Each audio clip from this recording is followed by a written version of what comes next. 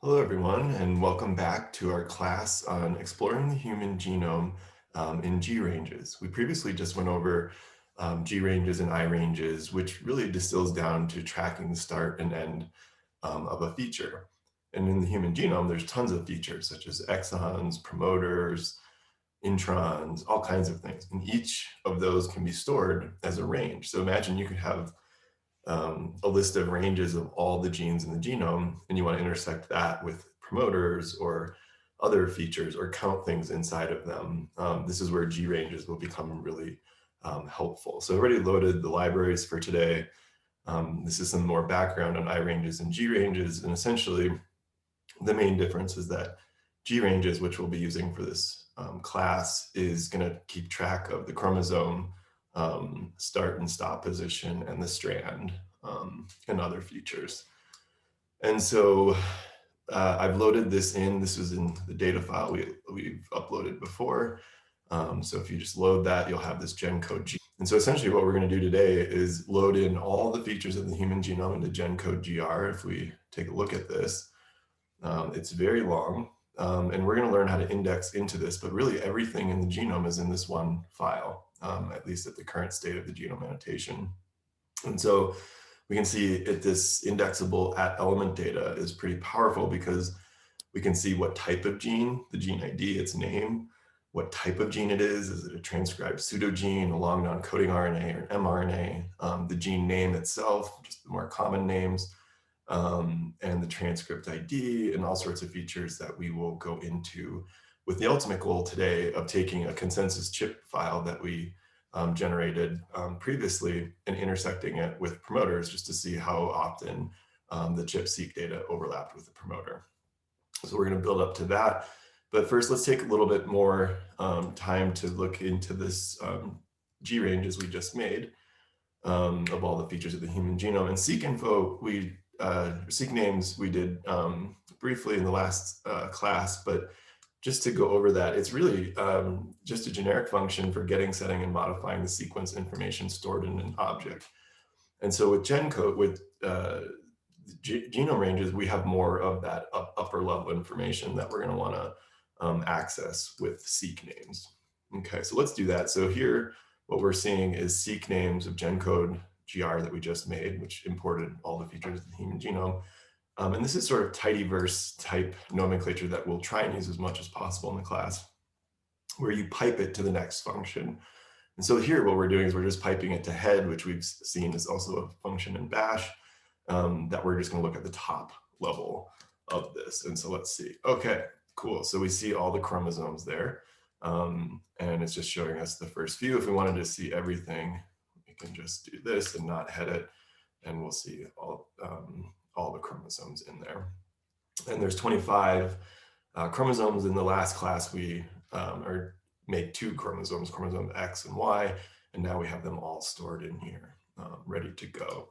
Okay, so we can also use table to get more information, where we table this seek names output that we just saw, and we're going to head that or pipe that to a summary.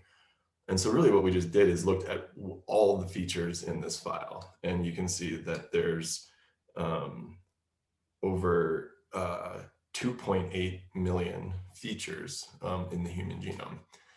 That includes exons, introns. It's basically everything that's in here. We could do the same thing where we just do it to the head of that, and what it's going to do there, instead of summary telling us everything in there, table to head is going to tell us how many features there are per chromosome. And we just did this with head, so we only got the first 6, but we can see chromosome 6, for instance, has 133,000 features associated with it. And if we wanted to see all of them, we could just skip the head step, and we can see that chromosome M, the mitochondrial chromosome, has only 143 features. That sort of makes sense. So we could already just start to plot the length of the chromosome versus the number of features and other things like that, but we'll push forward to overlapping peaks. Okay, so now here we're gonna actually index into GenCodeGR. So at this element data that I was mentioning in here, it's got all kinds of fun features of the human genome in it. And so let's grab gene ID. and see what that looks like. So this is also just a nice line here to sort of look into these indexes and see what all is in there. And so what we can see is we went into gene ID, and in gene ID here, we're going to get the ensemble transcript, which is a unique identifier of a gene for all of the subfeatures inside of it. And so we can see down here in our output from head that like ensemble whatever has 150 features associated with it. So that could be that it has 40 exons, it has 6 introns, et cetera, et cetera. All those features will sort of add up to 150 for this gene. So if you wanted to see which gene had the most features in it, some genes host microRNAs and other features, you could do max, and we'll get into that in a second. But really what we're trying to do here is just be able to look at this information and get a grasp of what all is in there. Okay, so now let's make a data frame. It's a terrible analogy, but you can think of a data frame as like an Excel sheet, essentially, where you're typically going to have columns as variables or properties, and each row will be a gene. And so we'll make this object GenCodeGeneLength, where we're going to try and find the length of things. And simply we're going to just say as a data frame, data.frame is a base R function here, and we're going to make a column called gene ID, and in gene ID will be equal to @element data gene ID here. So we do the @element data to first index, and then the cache sign into the actual variable we want inside here, the information we want in there. Same for gene name. Gene type is going to be important. What type of gene is it? And also type, which is going to be like exons, introns. So you'll have your gene type. Is it an mRNA, a long non-coding RNA, a pseudogene, et cetera? And then the type is the subset of features that all those things would share, like start and stop the gene. And then we'll also have the ranges of the gene where we can look in this GenCodeGR. We see there's actually another indexable category here called @ranges. And that's really just the ranges that we've been talking about. So it's saying here's a feature, it starts here and stops there. So we can get the start and stops of these features that we're grabbing here. Okay, so let's run that, and it might take just a second and take a look at it. Okay, so let's go look at GenCodeGeneLength. It's often good to do after you do this. And so we just made a nice, like I said, kind of Excel sheet where each row is an individual gene ID. Here's the gene name, and it's a transcribed pseudogene. And here we're seeing the type is what we're going to want to index into next to sort this, shrink this down, is that for this DDX11 like 1, we see that there's the gene, the transcript, the exons, and we might not want all of this information and just want maybe where the start and end of each of these features is. Okay, so we've made that nice table with all this information, and that tends to be the way we'll do this in class, is set up a data frame or a matrix of information we want, and then use functions down below to coerce these categories. So we're basically subsecting GenCode into the smallest things we want, and then we'll work from there. So for instance, let's say we wanted to just make a data frame of mRNA genes. We only want to study protein coding genes. Well, we could use filter. Please take a look at it in the manual. It does what you think it would do. It wants the command of what to filter on. So we're going to use that on GenCodeGeneLength, this table we just made here. And the gene type we're going to focus on is protein coding gene. So we can see here, there's protein coding is a type of gene type that we're indexing. So we're going to say gene type is equal to protein coding, and type is equal to gene. So basically, we're going to get the length of the genes of mRNAs. So let's make that. And so we just made this thing, so we filtered out to only protein coding genes and type gene. And now we can plot what are the widths of, well, let's look at this mRNA data frame actually.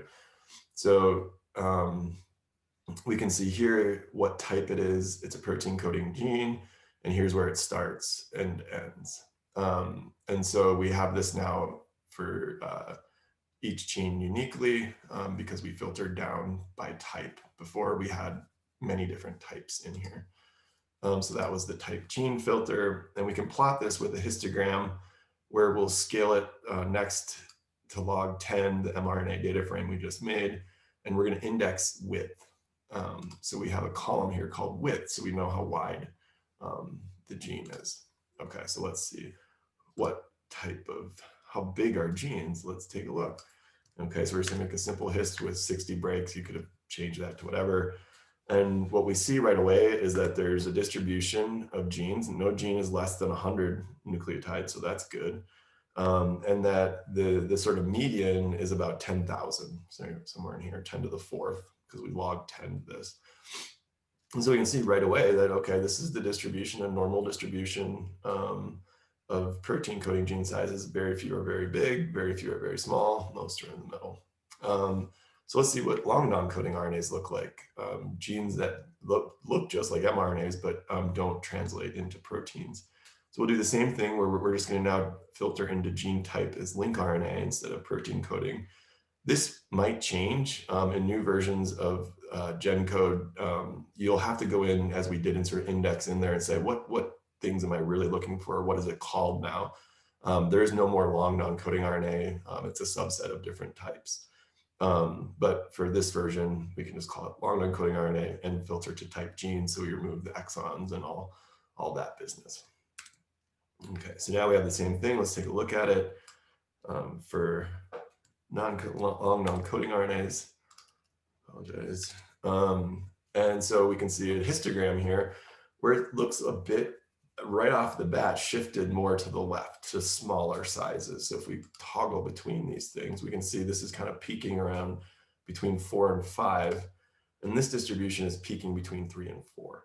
So on average, long non-coding RNA is about 1,000 bases smaller or shifted that direction. So that's a known fact. It's kind of nice to see. And there we have it. So let's take a look at this type that we just filtered about. And what more can we learn about this element data type here? So we can see what we did is we went into gene. There's roughly 60,000 genes in the genome. That's both long non-coding RNAs and mRNAs because we're indexing GenCodeGR, which has not been filtered to protein coding or long non-coding RNAs we did above. And so we can go into this type that we just filtered by and see that there was many more transcripts, exons, coding sequences. Start codon is really important if we wanted to find a promoter, which we'll do in a second. Stop codon is really nice if we want to determine where the UTR is. Let's say you're studying microRNAs and you want to find a target for a microRNA in the UTR region where they tend to regulate. You could start filtering here. And we just did by gene for the simplicity of this class today. Okay, so let's find out what's the longest gene in the genome. And this is all the code we need right here to do that. So we'll call it gene of interest or longest gene. And we're going to use this sort of tidyverse style here where we say, okay, take GenCodeGR that has all of the features, make it as a data frame, which is going to sort of turn it into a monster sort of Excel sheet, and then filter by the type equals gene.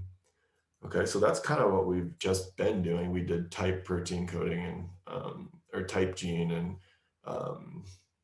gene type is long non-coding RNA. Sometimes these things are hard to keep track of, but you can just look back up.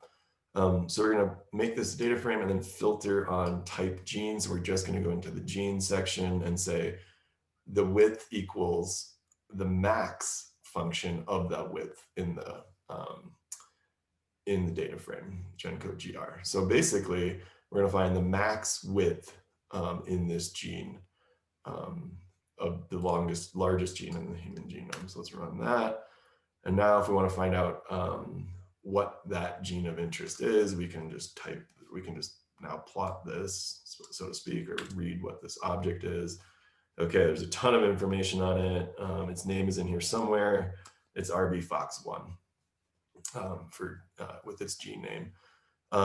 So it's worth checking out width in which .max here. These are just sort of base R functions. that we're using to filter this GenCode monster file with 2 million features into just one, the longest gene in the genome. This would do the exact same thing here. So what we're doing is we're indexing GenCodeGR here. This is a little less tidyverse. We just pushed it along last time. But you could see that an alternative solution is to go into GenCodeGR and index GenCodeGR type in that metadata, that element data type here. Here we go. And we're going to make just a list of genes. And then we're going to make the longest gene index, which we just found manually here. And we're going to take GenCodeGenes, which we just made, and say which, the width, take the widths of all of them and find the max width. So it's really just nice to kind of read between these two simple things. There's a little bit different logic, and however you tend to write is fine by us. This is probably cleaner, but this will give us this index that we'll have right away to get the name of that gene much in a much cleaner format. So if we wanted to find the gene a little more, where we go into GenCodeGenes now, where we've just taken the GenCodeGR and filtered it into genes. And in that GenCodeGenes, let's take a look at it real quick. What we can see is we have a GRanges of all the genes here. And so we're going to index into gene name, which is in here somewhere. I can't see it immediately, but same kind of idea, that we're going to go in there and go to gene name, which is because we filtered by gene, we'll have the gene name. And then we're going to say match it to the longest gene index, which we made up here. So that's the RB-FOX1 index. And we're basically going to say, give us that gene back. And there we go. So if we wanted to know the name of it, we could have just gone to the gene name and say, in that longest gene index with all this information in it, I just wanted the gene name. I didn't want to have to search around for it. So it came back with just RB-FOX1. And then we can look again at the width of this longest gene by doing the same thing, but just adding the width function in front. Okay, so the longest gene index that we found was the RB-FOX1, and it's 2.4 million base pairs long. You go look it up in the UCSC genome browser, and there's a bunch of interesting features about that gene. But now you know the longest gene in the genome. And that's what's kind of fun about this GenCodeGR file in of itself, is you can do a lot of analysis on the human genome just from this file. And so let's ask the question, what percentage of the genome is covered by exons, the parts that are going to actually go function in the cell? So let's do total exon length. We'll set this variable here, and we're going to go index right into GenCodeGR, and we're going to index into type. And now instead of gene, we're going to go to exon. And it's going to have all the exons in there for that gene. And then we're going to pipe that to genomic ranges reduce. So what that will do is then collapse. We talked about this a little bit in union in iRanges, where there might be many exons that are nested inside of each other, and we just want to collapse that to the longest start and stop of the exon. So that's what we're doing here with genomic ranges reduce, is it's saying, give us all the exons for that gene, collapse them into overlap. If they're overlapping, just collapse them into one start and stop, give us the width of that, and then sum the total widths of exons. So we essentially just took the entire genome, chromosome by chromosome, collapsed all the exons into the longest start and stop represented by a given exon, got the widths of that, and summed all those widths. So this is where this looks very tidyverse-like, where we just pipe it into these empty functions. And so what we'll see here, give it a second, there's a lot of exons in the genome. Okay, so let's summarize what we just saw here. What is the total length of exons in the genome? And summary was kind of silly, redundant, because we're only looking at one value. But we can see roughly a megabase is covered by the human genome, 14 megabases. But the human genome is 3.2 billion bases long. So if we want to find the percentage of exons in the genome, we can just say now we have this nice total length of exon down here, 14 million-ish, and then we can just divide that by the total size of the genome, and we see roughly 4 or 5% of the genome is covered by exons. And that's a very small portion of the genome. Think about it, 95% of it is not exons and other features of the genome. Okay, so that's just kind of one example of how you can go in and ask questions about those features of the human genome. We could have also done what is the total length of a gene body by indexing gene. We could have separated these by 2 filters with protein coding and mRNA. And so as you go through these, you can see how powerful just piping these functions are across so many thousands of features to get down to what you're interested in. And what we're going to simply be interested in, and something you'll do all the time, is intersect 2 files. So we have this GenCode features of the human genome, and we have ChIP-seq data from what the POL2 example that we have. We made a consensus peak by going over the consensus peaks R function that we created. And so we have a file with the start and stops of the peaks, and we have files with start and stops of the features of the genome. So let's just find out where POL2 is the main polymerase that transcribes genes. So it should be localized at the promoter or the start part of the gene. And one of the cool things about genomic ranges is it has a function called promoters, shown here. And its syntax is going to just basically say, okay, it's going to go into GenCodeGR, and it's going to go into this element data, and it's going to know the start and stop of the gene, sorry, in the ranges here. It's going to know the start and stop of any of these features. And so what it's going to look for is the promoter or the transcriptional start site, which we saw as a type, the start of the gene. And then it's going to ask how much space do you want upstream and downstream of that start point. Last year's class, we used 3 kilobases. The promoters function default is 2 kilobases upstream and 200 bases downstream. You can see that pop up here when I hover over it. And so you can actually set those parameters yourself in the promoters function. But this is a GRanges function that most people want promoters, so it's built in. Okay, so let's load in our POL2 CHIP file with our track layer import that we've been going over. And our track layer import is going to take this flat file and sort of keep track of those start and stops with all those header features that we can add to it. And let's make a second GRanges of GenCode promoters. So we'll just use the promoters function. And we're going to index into the genes again so that we get one value and not like many transcripts and other things. And so we're going to say for the genes, which are unique now, give us find the start is what promoters is going to do, and then give us upstream and downstream 3 kilobases. Okay, and you might want to take a look at the promoters function. It's pretty cool. And now to find the overlap, so what we would typically do is make some GRange and another GRange. And now we have these like floating windows to intersect in many different ways. With find overlaps, the default is if one base pair overlaps, it's going to consider an overlap with that feature. And so we'll just make a new object called promoter overlaps. We're going to call the find overlaps function in genomic ranges. It's going to run on the POL2 chip as the query, and GenCode promoters as the subject. You could easily just flip these around, but you're going to want to think about that a little bit as we move on. Okay, so let's find the promoter overlaps. It did that. Okay, cool. Let's see what that looks like. Okay, promoter overlaps. Okay, we have another GRanges as we'd probably expect. And this is where we briefly mentioned it, and it looked really obtuse in a previous class, but this from and to are really important. It's keeping where these objects are. So when it intersected, we saw that matrix before in find overlaps where it said, okay, index 1 overlapped with index X in the query. And that's what it's keeping track of. But it also knows the coordinates where those positions were and from and to.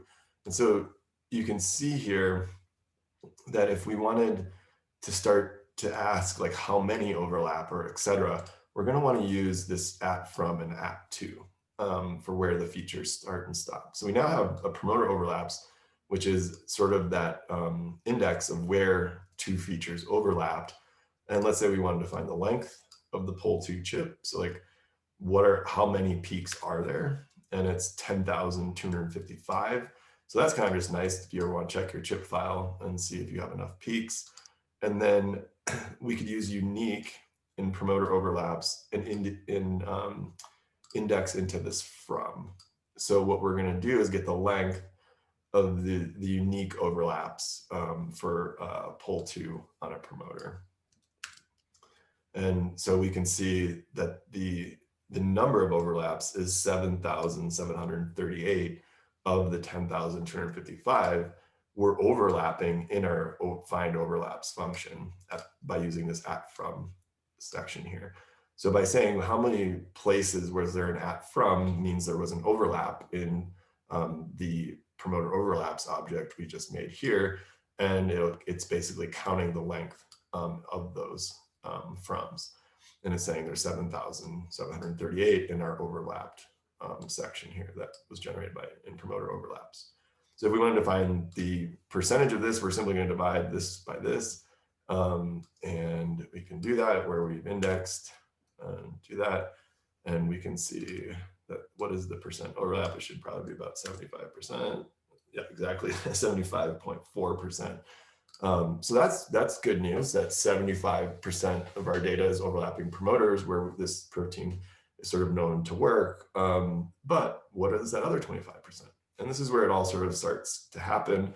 And as we move forward, we're going to start asking more and more advanced questions towards our inquiry-based objective of understanding what's going on in HepG2 with 460 DNA binding proteins. So we will start to analyze our large data set in the next class with this basics of GRanges in mind. We will find overlaps and features for all 483 different DNA binding proteins we have in our data set. Until then, code light, and thank you.